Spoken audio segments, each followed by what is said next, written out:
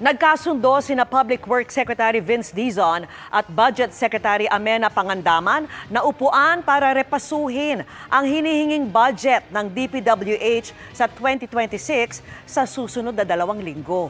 Kasunod ito ng utos ng Pangulo na pag-review dahil sa mga punang may mga naisingit na proyekto sa hinihinging budget sa ilalim ng National Expenditure Program o NEP. Ayon sa mga kalihim, iisa-isahin nila ang mga proyektong naroroon at itatama ang mga dapat itama. Dahil DPWH lang umano ang natukoy na may problema, hindi na nila kailangang ibalik ang buong NEP sa Budget Department gaya ng mungkahi ng ilang kongresista.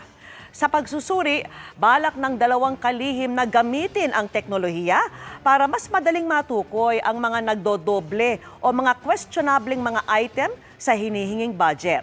Maglalatag din ng mga internal o pansariling mga sistema ang DPWH para mas mabantayan ang pondo.